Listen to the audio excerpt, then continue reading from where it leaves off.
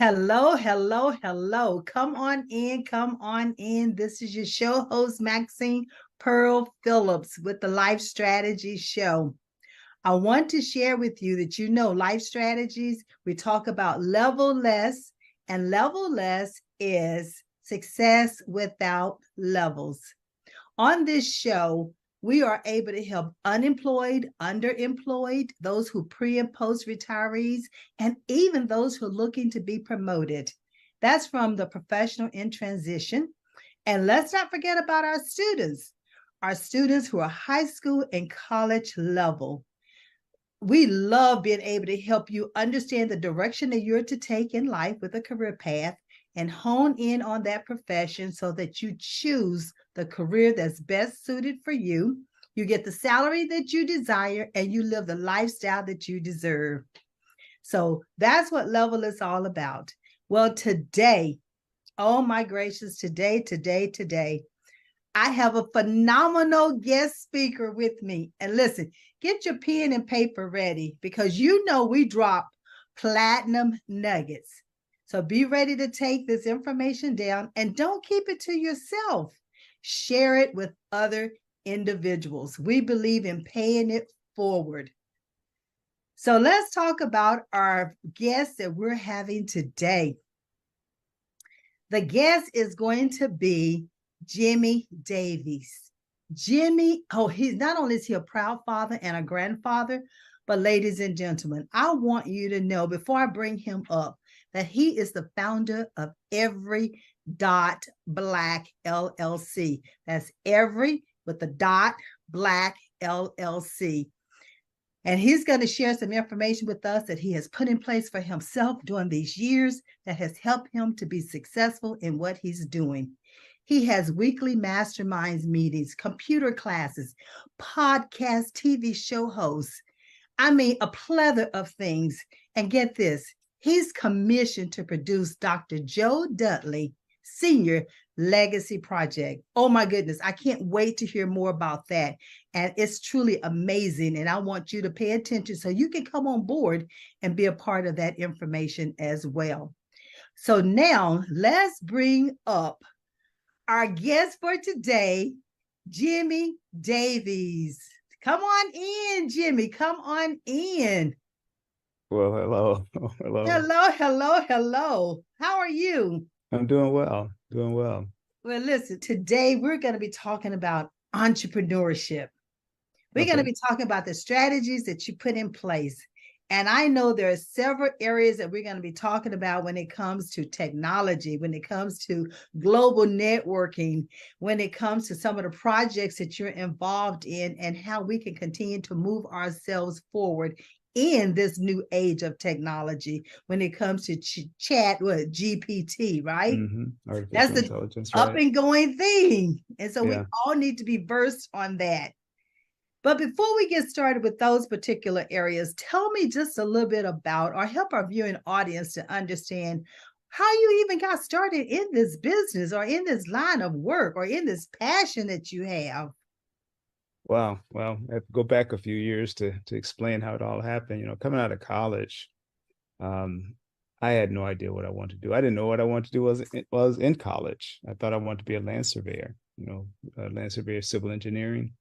And going into my junior year, I realized I didn't really like that. Didn't really want to. I had one class I didn't do well in. I realized my heart's not into this.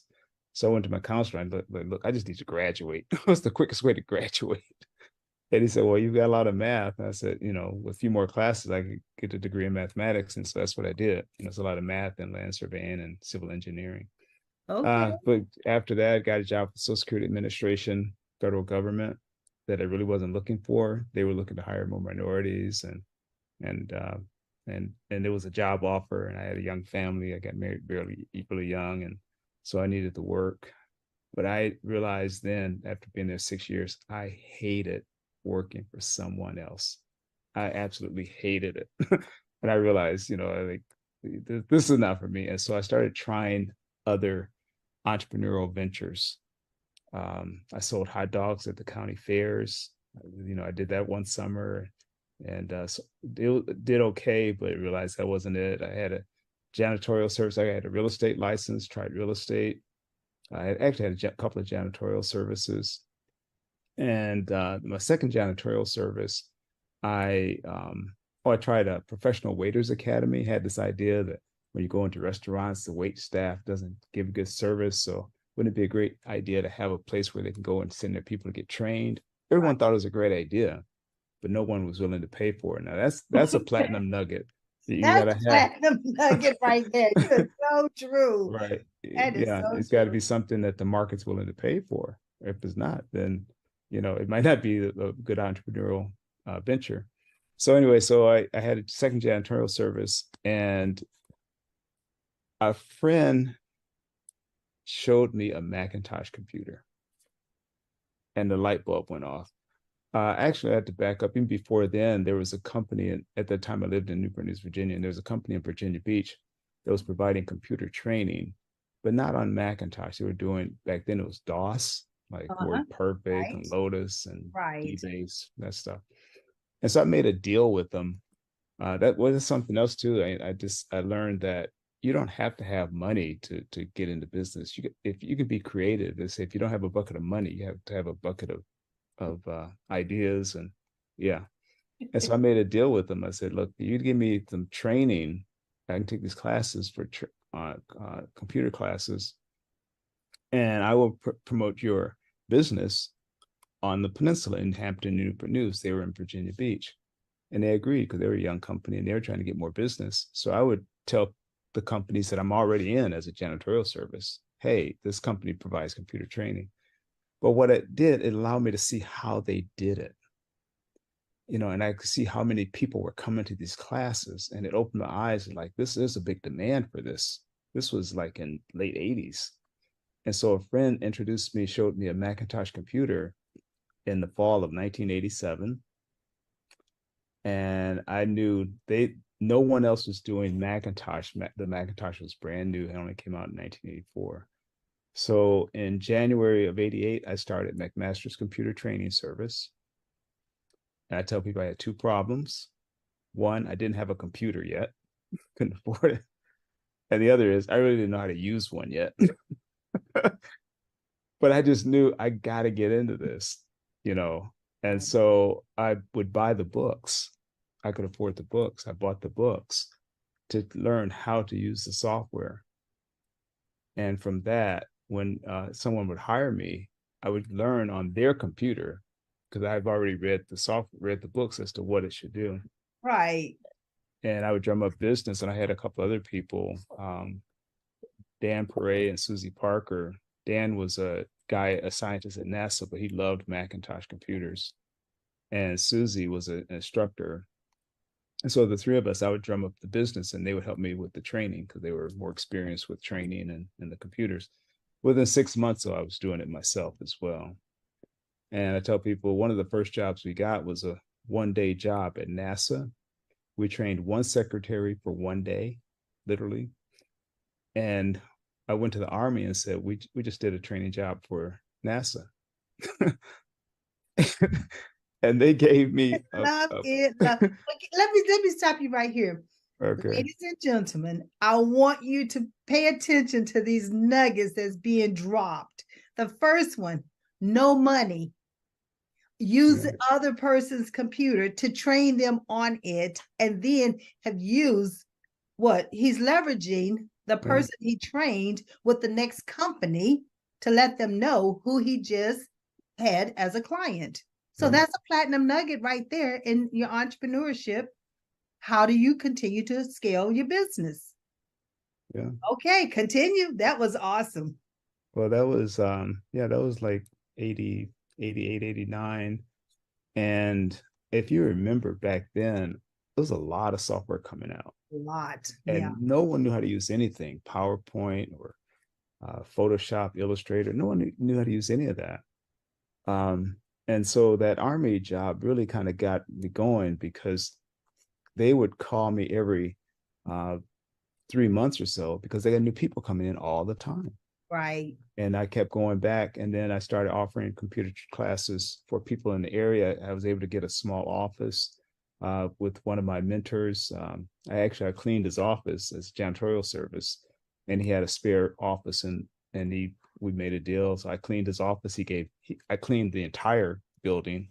He gave me a free office by cleaning the building. Bartering, Uh, bartering. and that allowed me to move from janitorial to computers. So I was still doing janitorial service for a while. But the other thing I did, I took a job at Computerland, which I don't even think they're in business anymore, to sell computers because I just wanted to be around them to get to know more about them. Right. So I sold computers for about a year just to learn about them. They sold Macs and PCs. Um, and it took about a year and a half before I started getting enough computer training business where I didn't need the janitorial service. I didn't need to be working at Computerland. And then it began to just mushroom, literally. I Wow. did I just saw the demand, the need, and so I held a computer workshop in Virginia Beach for a week just to see, what people sign up, and they did. They signed up, and so then I said, well, let me try other cities throughout the state of Virginia. So I went to Richmond, I went to Danville, Fredericksburg. I don't know. I started going around the state providing computer training, and every place I went, people were looking for. And I only specialized in Macintosh training too. And here's another platinum nugget for you. A lot of people told me, why Macintosh? Because they have the smaller portion of the market, right? Maybe 10% of the market, where most companies are PCs. But I was the only Macintosh training service. Bingo. And so I get all, and not only that, is I was not a threat to the PC training services. So they started referring me business. The PC companies, the Compaq or the Dell at the time, whatever, when their customers say, what about Mac? They say, go see Jimmy Davies. So it just kind of grew from there, is that even though I didn't have I wasn't serving the larger segment of the market. My niche was Macintosh training. In fact, the company, the name was Mac Masters. That's where I got that from, Mac Masters. Okay, nice. And so we had just about all of the Mac training in the Newport News, Virginia area, Newport News, Hampton area, Tidewater, Newport News, Hampton Roads, all that area. And if you know, there's a lot of military in that area. Right, right, right. So over the years, I've trained literally every branch of the military. You name it, from Coast Guard, Army Corps of Engineers, Air Force, Marines, but it started with the Army. Right. And then I did go back to NASA on a 2-year stint teaching people in NASA how to use software. So yeah, just go one a little further, because I don't know where you got to stop me. But so then about 3 to 4 years in, I realized this is like big, so I went to the library at the time to see, well, where, because then to look in the phone books. Right. Internet wasn't big then. So look in the phone books, and there was no training services well, there were in Atlanta or DC, Philadelphia, that type, but there was no one in Raleigh, Durham, North Carolina. There was no one in Greenville. There was no one in Charleston, South Carolina, or Savannah, Georgia. So I wanted to see if I could expand in those cities. And again, not having the money to advertise on a national level, I had a car, so I sold my car to raise the money to buy the mailing labels. Well, like magazine companies will sell your name. So I went to Macworld and Mac Today. Those are Macintosh magazines. And I told them I wanted to buy all their subscribers for the state of North Carolina, state of South Carolina, state of Alabama, state of Tennessee. And they will sell them to you, because I figure if they're getting Macintosh magazines, then they need Macintosh training. Right, that's right. So I was, again, targeting my market. And then between that, the mailing lists, the labels. I had to print the materials, and the mailing was about a little over $4,000. And so that's why I sold my car to raise the money to do this mailing. The other thing I wanted to make sure I did is I didn't want to just try one city. I would try 5 cities at a time to spread the risk, right? Because one city might bomb, and sometimes one city did bomb, but the other 2 or 3 would always carry the ones that didn't work out. Yeah. And before I knew it, I'm servicing 30 cities in 8 states. I love the word that you use, risk. Yeah. Yeah, but you knew your risk, and you had a plan A and you had a plan B, you know, because you had the backup. When you put it out in 5 cities, if one city bombed, you had the other 4 that could carry you. And that's exactly what happened. Yeah. And as entrepreneurs, we have to think that way. We have a plan A and we have a plan B. You know, so we still have to think that way. And parents, you need to think that way when it comes to your students. When you're preparing them for becoming adults, you need to think that way too. Yes, you do have a plan A, and some of them want to be sports oriented and go into the different professionals, you know, but not everyone is going to get there. So what's the plan B? And that's where Levelers comes in at. Right. We are your plan B, you know. We help you with your plan A and move you into your plan B.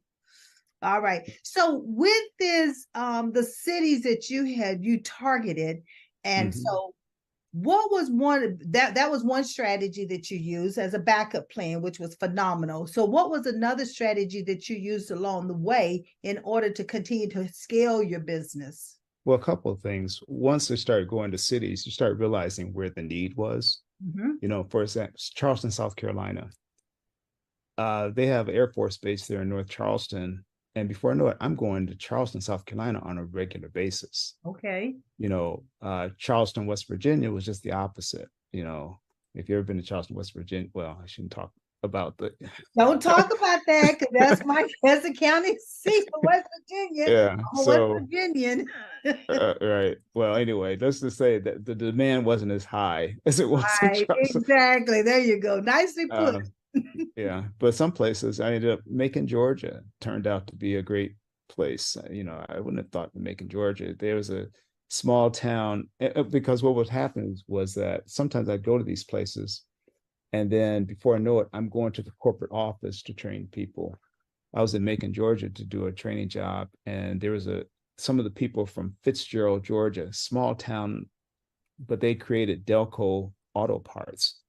And so they brought me into Fitzgerald, Georgia for a whole week just to train people on software, using software. Same thing happened in Waynesboro, Virginia. There's a big DuPont plant there in Waynesboro. And we were there for I say we, but at the time, but I had to hire other people to help me with the training.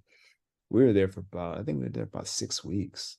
Wow. Just training people on how to use software. And then again, I went back to NASA on a larger deal, and I was there for NASA for about 2 years, teaching people how to use software. And this was NASA at Langley in Hampton, Virginia. Okay. NASA's got other facilities around the country, but we were in Langley, Virginia. Not Langley, but NASA Langley in Hampton, Virginia. Not to be confused with Langley, Virginia. Well, I'm hearing you share all this great information with us and these platinum nuggets, is that pay attention, be intentional, don't self-eliminate. So when you think a town is not going to be productive, all it takes is that one someone to see what you offer, and they can take you to different other places, and that still exists today. So don't ever exclude anyone, and especially don't ever exclude yourself from the possibilities. Yeah, you're right.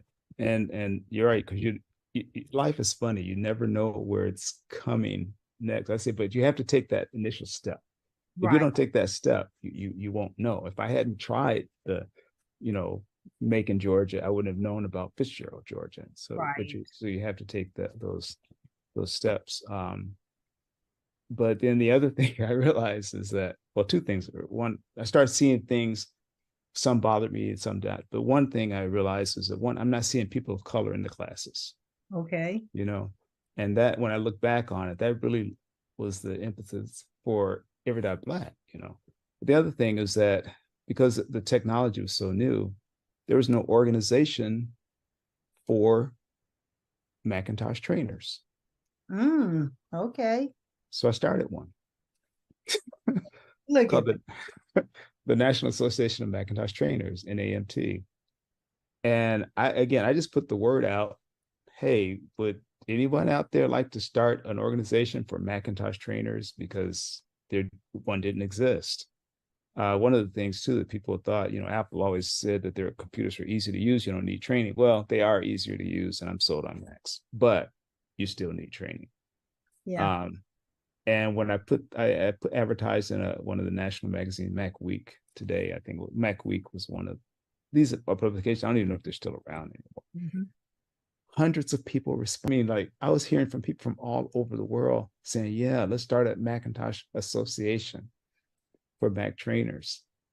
And so I started one, and people, and back then, again, this was really before the internet was big. So we started, and we actually had a one annual conference or one annual conference in Florida. We went to in Orlando, where Disney, you know, we thought that'd be a great place, and we all met up. But it didn't last. I think a couple of reasons. The Mac training scene was changing. The demand was beginning to change. What I mean by that, during the 90s, it was a strong demand, but I could see that it was beginning to taper off. You said plan B. Right. And because then the community colleges were beginning to offer classes, you know. Okay. And in fact, when the community colleges in the Hampton, Virginia area started offering classes, they came to me to teach the classes and a few other of my computer friends because they didn't have, their professors didn't know how to use the software themselves. Wow. So they made us adjunct instructors. So I taught at Thomas Nelson Community College and Chesapeake Community College in Virginia, evening classes on how to use Macintosh software. But the other thing is that I realized too, I couldn't keep up with all the software. It was all coming out so fast every year, new versions of everything. And so I started, and by this time too, I had, I don't know, classrooms full of Macs by this time, in office and space in Newport News, Virginia as well. But the new versions demanded new software, demanded new hardware. And so I realized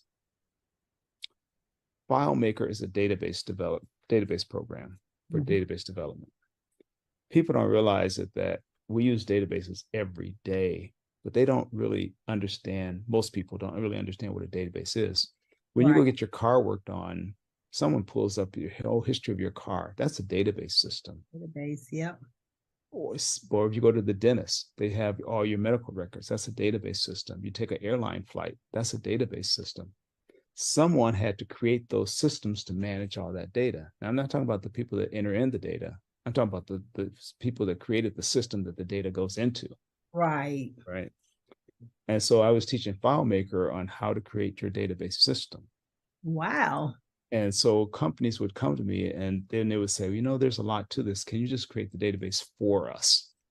And so I did one for Hampton University. They wanted a database system to manage the abilities of all their professors so that when a grant comes up, they can just go into the database system and see, can we apply for this grant based on the professors we have on campus? So kind of match that up. So a grant would come up saying they need expertise in psychology or whatever it was. And Right. so they would just type in the needs, and then it would automatically generate a list of the people that we have on campus to fill the need. Then I did another database system for a company called Right Minds before that, it was a company out of Williamsburg, Virginia. They created ornaments.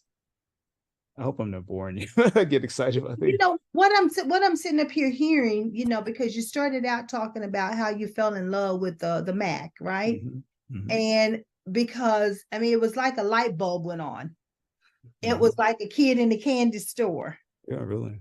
And so that lends itself to me from the aspect of levelers when we're talking about helping individuals to understand their everyday natural abilities and strengths that no one had to teach it to you. So Right. see, no one had to teach this to you. It Yeah. was already a part of who you are from your core. You discovered it Yeah, at an exactly. earlier age. But think about how many other kids or other people or other adults who have not yet discovered this about themselves, and they're still unsure if they're in the right profession or going in the right direction for a career path. I love what you're saying as far as you took what you already have a gift for, what you're naturally gifted at, and now you have evolved. Yeah. Has been And a continual evolution and a continual transformation. yeah. And now you're Absolutely. helping others. Yeah. And I think that's really important too when you say to evolve, because yeah, you're right. The industry demands that you Mm-hmm. evolve, or you're not going to be around. So I Right, realized I need to specialize in database development because I can't keep up with all the software, uh, and the need is there. And I right. discovered my talents that I was good at it. Yes, I could teach people how to use Photoshop, but a photographer was creating things I couldn't create because I didn't have that photographic eye. right. But the database system, I realized, man, I have a knack for this. And people would see the databases I created and ask for me. I didn't seek the jobs. They saw the systems I created and they said, I want that too.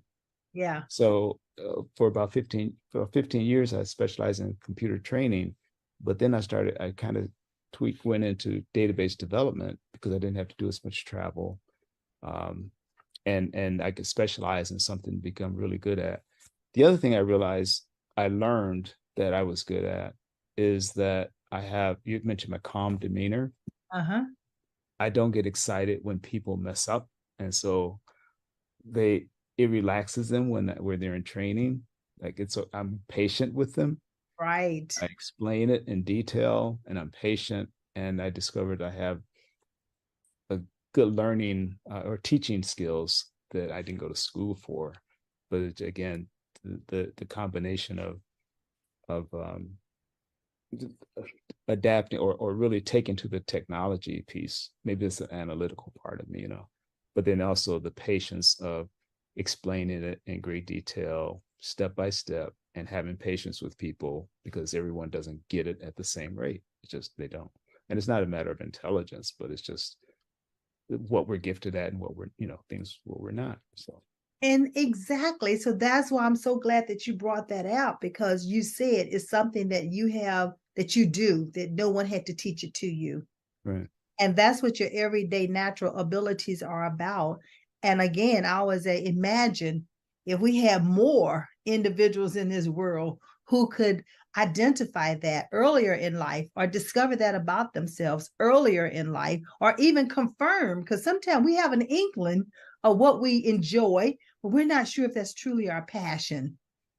But Mm-hmm. imagine that the sooner or the earlier age a person understands that and they have mapped themselves or put a strategy in place that takes them down that path where they're fulfilled, they love what they're doing, they just happen to be paid for it.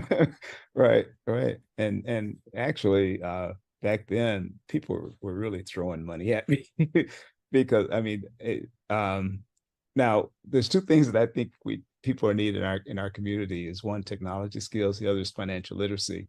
In Yeah, all honesty, I didn't have the financial literacy skills back then. People were just throwing money at me, and now, well, where did all that money go? But anyway, I came around and realized that hey, that's there's right, two right. parts You to this heard thing. it, right?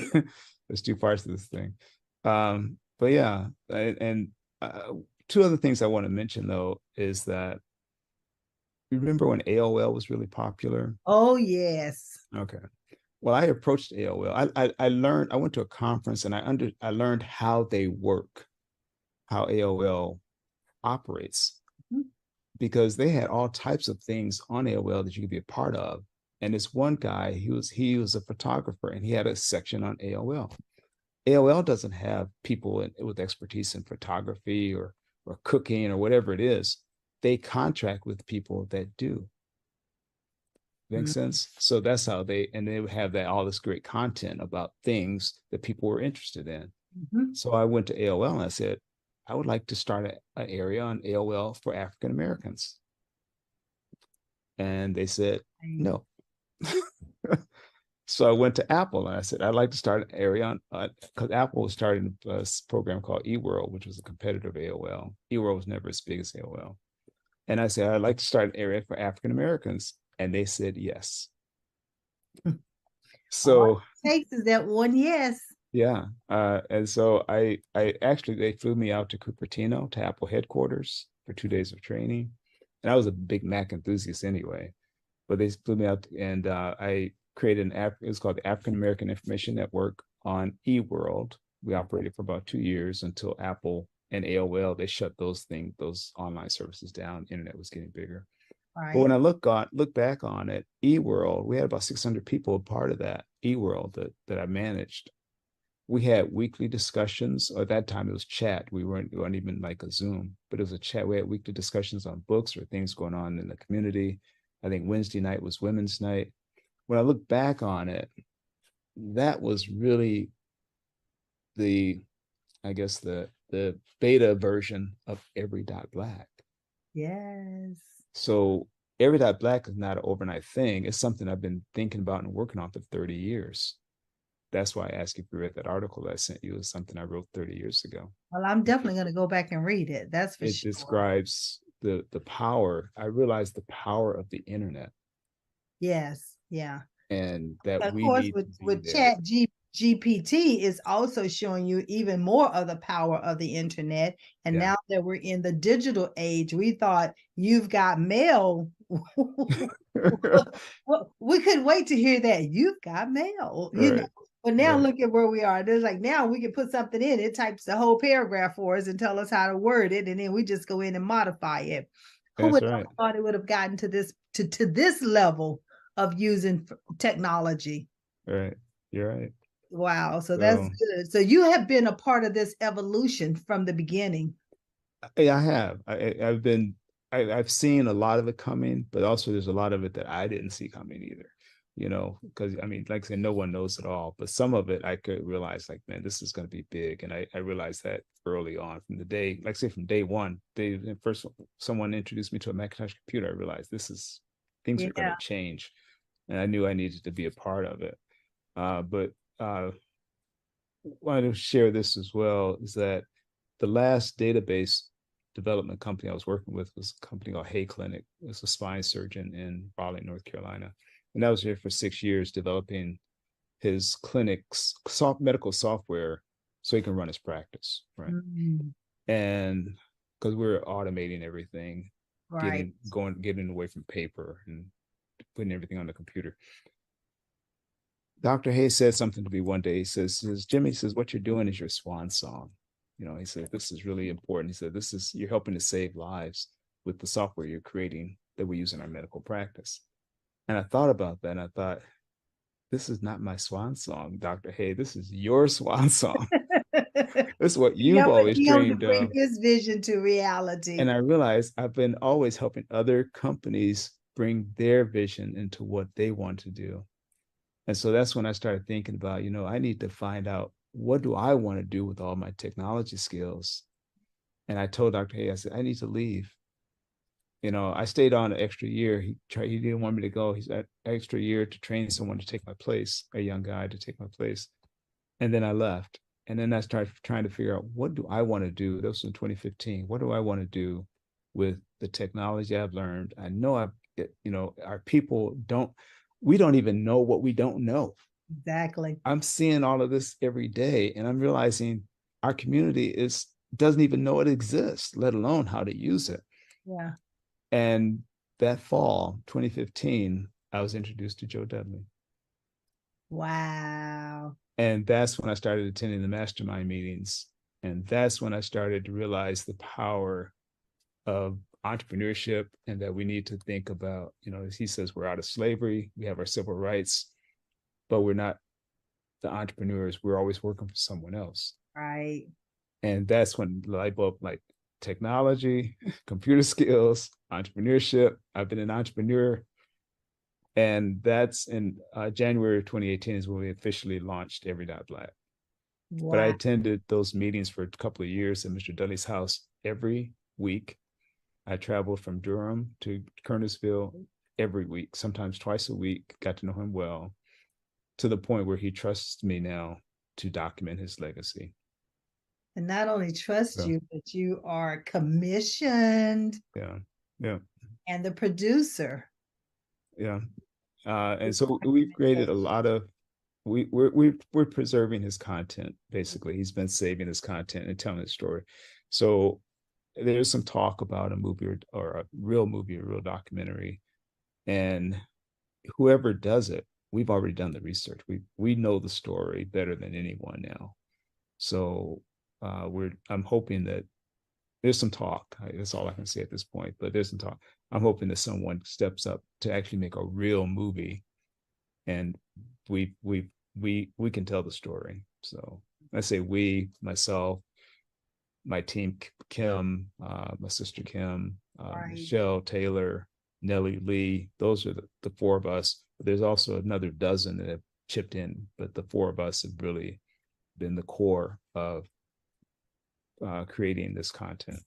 Well, just tell the viewing audience just a snippet of who Dr. Dudley, Joe Dudley, is and what he has done without giving them the whole shebang, so that they can have Sure. at least a little premise of what you're talking about. Sure. Yeah. When I speak of Joe Dudley, I'm talking about the co-founder of Dudley Hair Care Products, Right.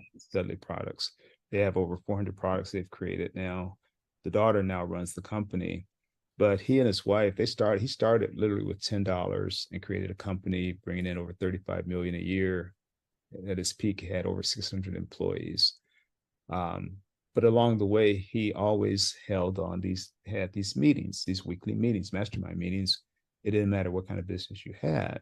He always promoted self-reliance and entrepreneurship, and that you can do it. If you believe in yourself, you're willing to work hard, whatever your goals are, you can achieve it. Yeah. And so going to these meetings, it opened my eyes. I've never worked for a computer. I mean, with hair care company, or I never worked for the company at all. Right. But I saw all of this content that he had preserved, some of it going back 50 plus years. Right. And I thought, this is going to be lost. If, some of it's getting molded. And he had literally boxes and boxes of things that he's been saving. And I asked him if we can preserve it. And he agreed. So I drew up a contract, and we agreed to that, and to use it in a podcast. And that's what we've been doing. And we're using the proceeds from the podcast to convert more and more content. But we Well, had I was going to say, while we're on this subject, how can individuals become a part of this project? Is there a way for people to contribute? sure.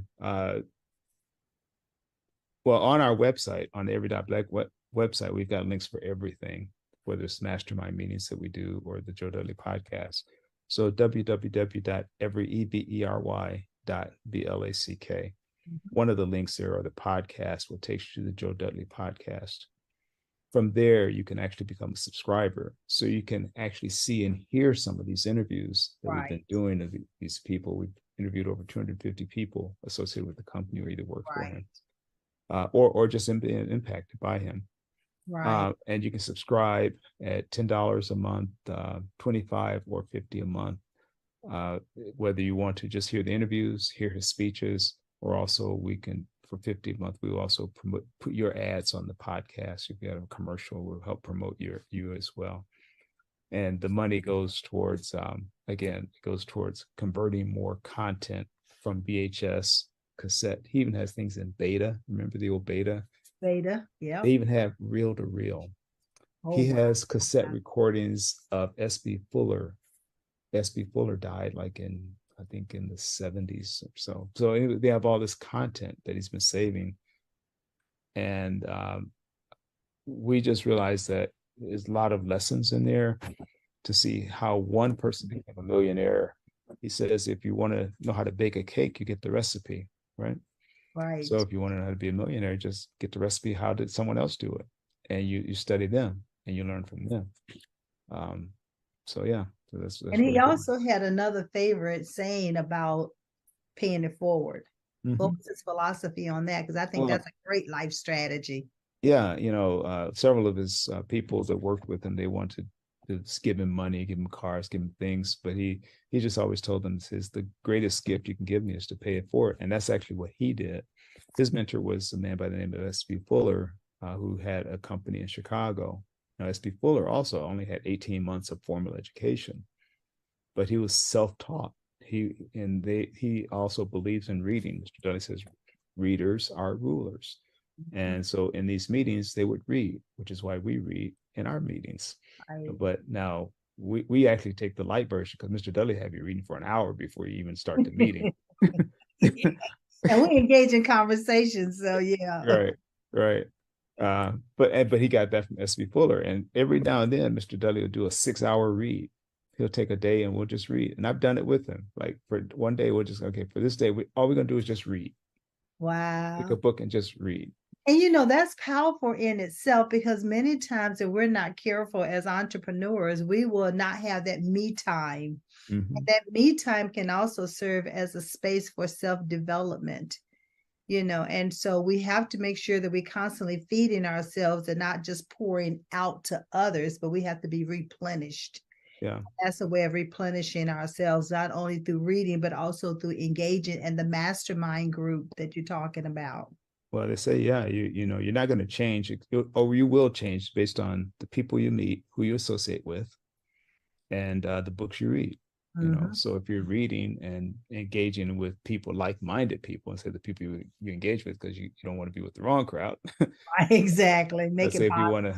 if you want to, you know, fly with the eagles, you can't hang out with the turkeys. So Right. one of those things. Yeah, because they might not even leave the ground and you ready to take Exactly. flight and soar, we're ready to Right. soar. So Right. having given us all of this great information, Every Dot Black, give us a little bit about your vision and your mission for Every Dot Black. Well, I just realized, that people of African descent. At first I used to say African Americans, but I realized it's people of African descent all over the world. If you think about it, um, there's an economic gap, income gap, and I believe that in order to close that gap, we have to embrace technology. Mm-hmm. It levels the playing field, and we have to think globally, global networking. Right. So I envision Every Dot Black. I feel like God, how can made I don't I feel like God created, put in me the exact what is exactly needed to take that next step forward on a global level. I'm not trying to boast, but it's just like I feel like that's my mission. I don't know of anyone else that has 30 plus years of experience with technology. And I say I'm old enough to remember the civil rights movement, but young enough to get engaged in this technology. Um, I lived in Africa for a while, so I've been there, and I just remember that. So I'm just thinking that with the use of technology, we can teach people around the world how to use it Right. and promote entrepreneurship. The same lessons that S.B. Fuller and Joe Dudley preached, but they didn't have the opportunity to do it on Zoom and reach people around the world. They met in a room for 40 years. We're meeting on the global stage, since the 28, well, actually, since COVID, Right. because at first we we're meeting in a room, but then when COVID happened, we went virtual like everyone else. And now we're literally bringing in people from the Caribbean. We're bringing in people from Africa. We're Right. bringing in people from Europe, from South America, so we actually had an official group now, Every Dot Black Caribbean, that's been up and running for a year and a half, and we had Every Dot Black Africa, who we got to restart. Our leader in Africa, she had some health issues, and so she wasn't able to continue. But we're going to be restarting Every Dot Black Africa as well. So I envision Every Dot Black as teaching people around the world how to use technology to help them with their businesses, and then also networking, because what's happening is that by coming on Zoom on a regular basis, on a weekly basis, I see our members are bonding with each other and Yes. partnering with each other. Just last night, one of our members in the Caribbean in St. Lucia was telling us about a thunderstorm that came through and wiped out his crop. He's a farmer. Yes. Yes. Today, I noticed that some of our members have already made a contribution to him to help him get started, get going again. I know. I didn't even ask for it. He told the story, and at the end of the meeting, I didn't even know what happened. But because we're connected globally, someone here in the States has already reached out to him to help him restart his crops, to help him get going again, because of the hurricane or the bad weather. I don't know what it was, but bad weather wiped out their crops in St. Lucia. Jimmy, there are many individuals who have groups, and we already know this, right? And many proclaim that they do it from a community perspective. But when you hear this type of interaction without having to ask, then you know it's a community. Yeah. It's a community of like-minded people. It's a community of that servant leadership. It's a community of being able to give back and helping others to continue to move forward. Because other than that, his whole crop being destroyed could have caused him to stop, not to move forward, because that's what his livelihood, that's life, that's survival. Right. That's his family eating and moving forward. But yet and still, you have a community here, and no amount is too small. That once you give, it stretches. I always turn a penny into a dime. Right. When others give. And so I admire that about Every Dot Black. And when I became a member, I see it often. I don't just see it every now and then, which makes a big difference. I don't see it where people want you to give, but they're not willing to give you. It's reciprocated. It's back and forth, and it's done without having to ask. People see the need and they step forward and do it. Yeah, and that is very rewarding. Like when I see that happen, when I see the bonds being made, the connections being made, especially when it's across the water, there's been a number of instances where our members are partnering up on different things to do different things. Some of our members put together they did a great job putting together a health fair. Yes. Earlier this year. And now some of our members are putting together. Tell us about this new initiative that's getting ready to happen this fall. Sure. There's a couple of them. One, some of our members are putting together a financial opportunities and literacy summit. So our members are coming together to do that. And I purposely have tried to kind of let them do it. So our members are putting it together. And in the process, I'm sure they probably realize they're getting to know one another. They're building that relationship. Whatever happens with the summit, they're developing relationships. Yes.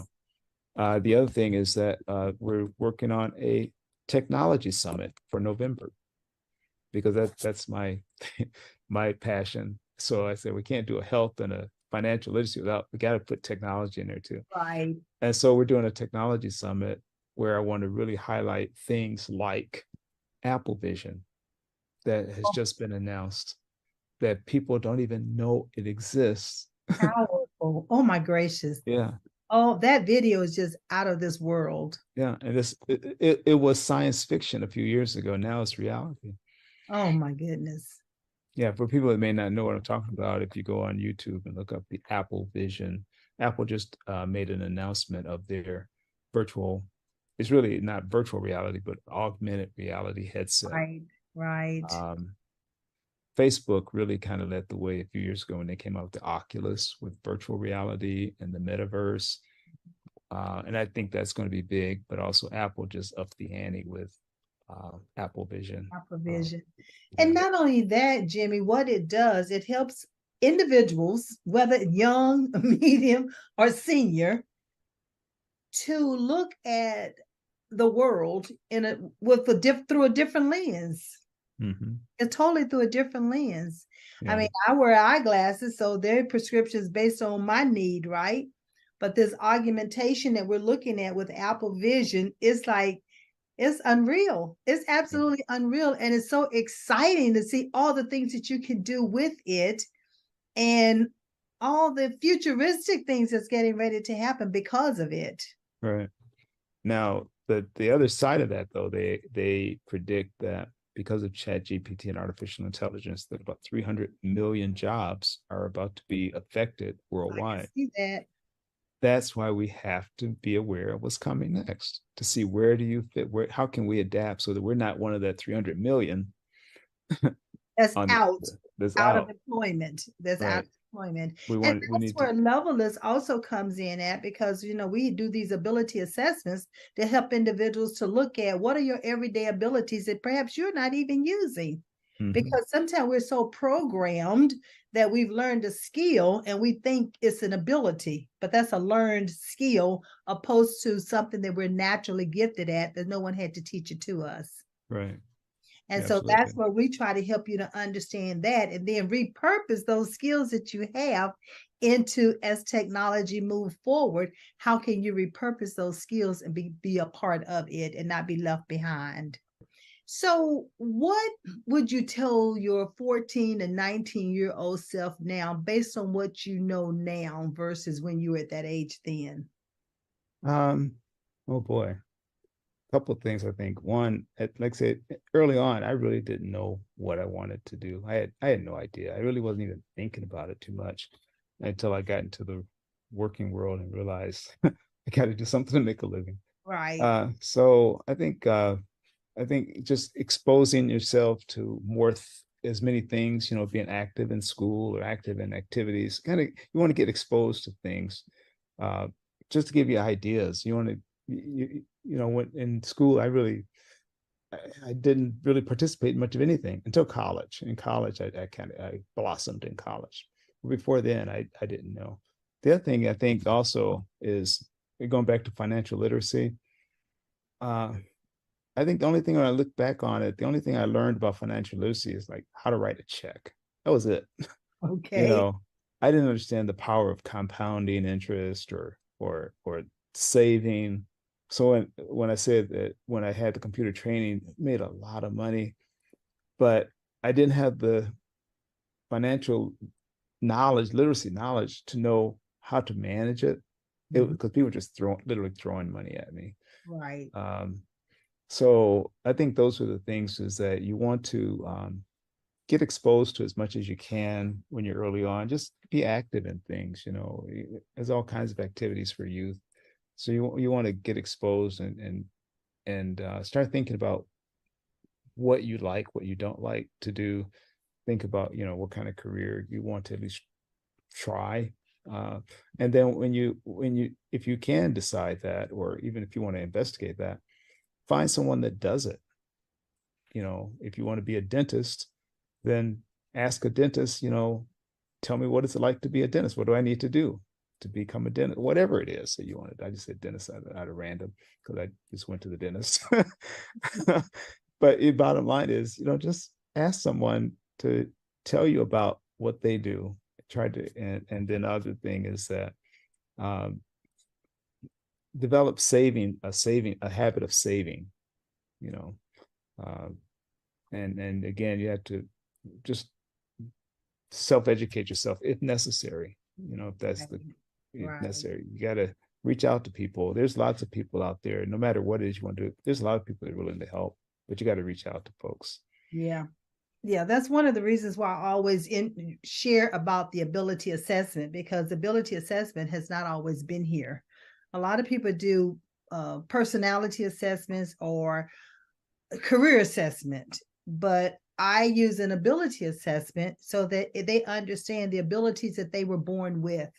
Yeah. Then how do you map that into a career or into the profession that match what your true abilities are? Right. That way, you know if it's going to be dental, if it's going to be medical, if it's going to be scientific, if it's going to be engineering, if it's going to be accountant, or is it that you're going to be employed by someone? Is that a Right. better fit for you? Right. Or is becoming an entrepreneur, like what you just talked about? You realized early on you did not want to work for someone. Right. Yeah. And so you took you had a totally different mindset. And then there are individuals who like, I could care less about doing all this on my own. Let me work for someone else and let them give me the paycheck. And Hmm. then I live accordingly. But even with that, Jimmy, they still need to understand, how do you help those organizations to understand the value that you're adding to their organization? So there is still an art, and many times you need a coach, a career Oh, coach, definitely. that's going to be able to help you do that. Definitely. Yeah, you mentioned a coach, and when I look back on my life, I had several mentors. I still have a mentor right now, but I've had several mentors that were really instrumental in my life. And one I would talk about, his name was Nolan Burke. He's deceased now. But when I had that janitorial service and I needed a space to start the computer, he was Right. a retired naval officer, and he owned the building that I cleaned and had my first office in. A white guy, a retired naval officer, and his office was one end of the building, mine was on the other. And all week long, you see him in the hallway, he wouldn't say anything to you, like, you say hi. He just kind of rough. He just Right. didn't have talk to you. But on a Friday afternoon, every Friday around 3 o'clock, he'd go across the street to 7-Eleven and get some wine, and he starts drinking every Friday. And by 5 o'clock on a Friday, he was ready to talk. Okay. And so every Friday evening, we would talk sometimes for hours. And he would tell me about all the things he had seen that I did right that week, and the things that he saw that I was doing wrong that week. And he gave me a lot of great advice. But it wasn't until all week long, you don't think he's even noticing, but he Right. is. Another guy, his name was Henry Malcolm, and he's deceased now too. But Henry was a good friend. But he was someone that I could go to. He was older. He's also retired Navy. But he was someone I could go to for any personal things, life issues. Right. We just became friends. I helped him after he retired. He wanted to get into janitorial business. I helped him get into the janitorial business. But then he also was just someone I could just go to about anything. Anything. You know, and then the Oh, one I do have to mention, I mentioned Joe Doug, but I also need to mention Lafayette Jones, who mentors me today. oh, good. Lafayette Jones was vice president of John H. Johnson for marketing of Jet and Ebony magazine. Right. He was vice president of George Johnson with Johnson Products for Afro Sheen and Ultra Right. Sheen. Right. He was Orville Redenbacher popcorn. So he's done a lot of national marketing campaigns for 40 plus years, he and his wife. So Wow. he has done a lot of mentoring with us on how to refine the mastermind meetings, how to go after more computer training for the members of Every Black. So a lot of the things that you see that we do, some of them are his suggestions. One of the things that I learned about him that I didn't realize, on your microwave, there's a popcorn button. You hit the button that says popcorn Right. because of Lafayette Jones. They were trying to sell more Orville Redenbacher popcorn. So they went to the manufacturers to say, we need a button on your microwave that says popcorn. And they did it. And now they all do it. But that was because of a suggestion from a Black man on national marketing. And he said when they first tried microwave popcorn, they couldn't get it right, Orville Redenbacher, and the bags were catching on fire. Right. And they actually burned down a few homes. He said the Oh, microwave would catch on fire, the curtain would catch on fire, for no, the house is on fire. mm. And they were going to abandon microwave popcorn, but he told them, says, no, we've got to figure this out. This is the future. And of course, I mean, yeah, of course they did. So yeah. yeah, I mean, that's what came to my mind was the timing of it. How many seconds did they put on it? How many minutes did they put on it? What are the Well, ingredients and how many ingredients? What is the bag content? exactly. The bags, whatever the bags they were using. If you notice now, they say this side up, Yes, yeah, you want to make sure you got the right side up. Otherwise, the whole thing might catch fire. So yeah. exactly, exactly. Oh my gracious. And that is a known Black history fact. Yeah. That is awesome. Yeah. So, this has been an awesome conversation, Jimmy. I knew a lot about you, but I've learned even more today. And again, the fact that it was that aha moment in your life that you realized that you had solutions for situations or concerns or people needing to understand how to do better in their work or in the computer and understand how to move forward. And you were a part of the solution. Yeah, thank you. And when I look back on it, like say, I don't know, some of it was planned, but some of it was, I think, ordained I get ready to use the word ordained. We was getting ready to say it at the same time. Yeah, because yeah, and even some of the things that I had the opportunity to do have, I can see how it's all led to the development of what we're doing today. The pieces from the past all contribute to what we're doing today, whether it's the African American Information Network on eWorld or creating an organization for Mac trainers, that just managing an organization, the computer technology training, all of that, has led to what we're doing today. And I think I know it's about to get much even larger. Yeah. We've got some projects in the works that we're not at liberty to say it, but right. It's about to get really big. And not only that, because we have what is called that servant heart, and we don't mind sharing and helping others move forward. There are enough people in this world for everyone to have a piece of the pie. Absolutely. Yeah. You don't have to worry about trying to keep it all to yourself, because once you're no longer here, it goes with you. That's right. That's right. I'm a firm believer. I tell everybody, I want to leave this world empty. I want to leave I feel the same way. Empty. I feel the same way. And so I feel like I'm not done yet. Yes. I'm just not done yet. Yes. And my tagline is transforming generations and leaving legacies. Yeah, perfect. All it takes is to touch that one person, and they take it back to their siblings, to their families, and the light switch goes on, and people start having a change in mindset and believing in themselves, and it helps them to then continue to start moving forward. And when you say that believing in yourselves, and something that our parents, I have a sister, Kim, and it's just the two of us, but our parents always told us that we can achieve anything if we're willing to work hard at it. And, and once we make that decision, and I believe them, and the other thing they really stress is they say, get an education, because an education is something no one can ever take from you. Never can take it away from you. And so neither one of them had the opportunity to go to college. My father didn't even finish high school, never got a chance to go to high school. But those lessons, it starts with those lessons our parents instilled in us, is that get an education and you can achieve anything if you're willing to work at it. So if you want it bad enough. Oh man, listen, we could go on and on and on, but I think the producer might say, Maxine, you're over time. Yeah, we probably are. But you know what that means? You're going to have to come back. So I need to invite you back so we can have a part 2. Because you're doing great things. And like you said, you're not at liberty to reveal any of that just yet. But when you are, come back and share with our audience. We're in 200 countries. You are global and international. We're on Pod TV. We're on Roku. We're on Amazon. So you have an audience. And listen, ladies and gentlemen, Jimmy is also a TV and podcast producer himself. So what we're going to do is make sure that we put this information out there so you have a way of getting in contact with Jimmy. As you see, he has it on his screen, Jimmy at every.black, so you know how to reach him. And don't be strangers. Go on, reach out to him. Become a part of every.black. I guarantee you're going to enjoy it and you are going to learn.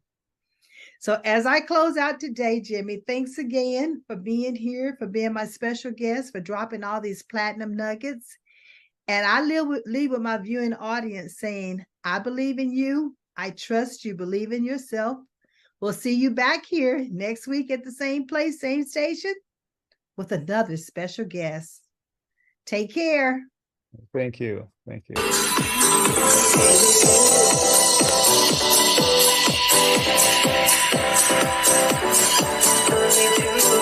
Taking a chance.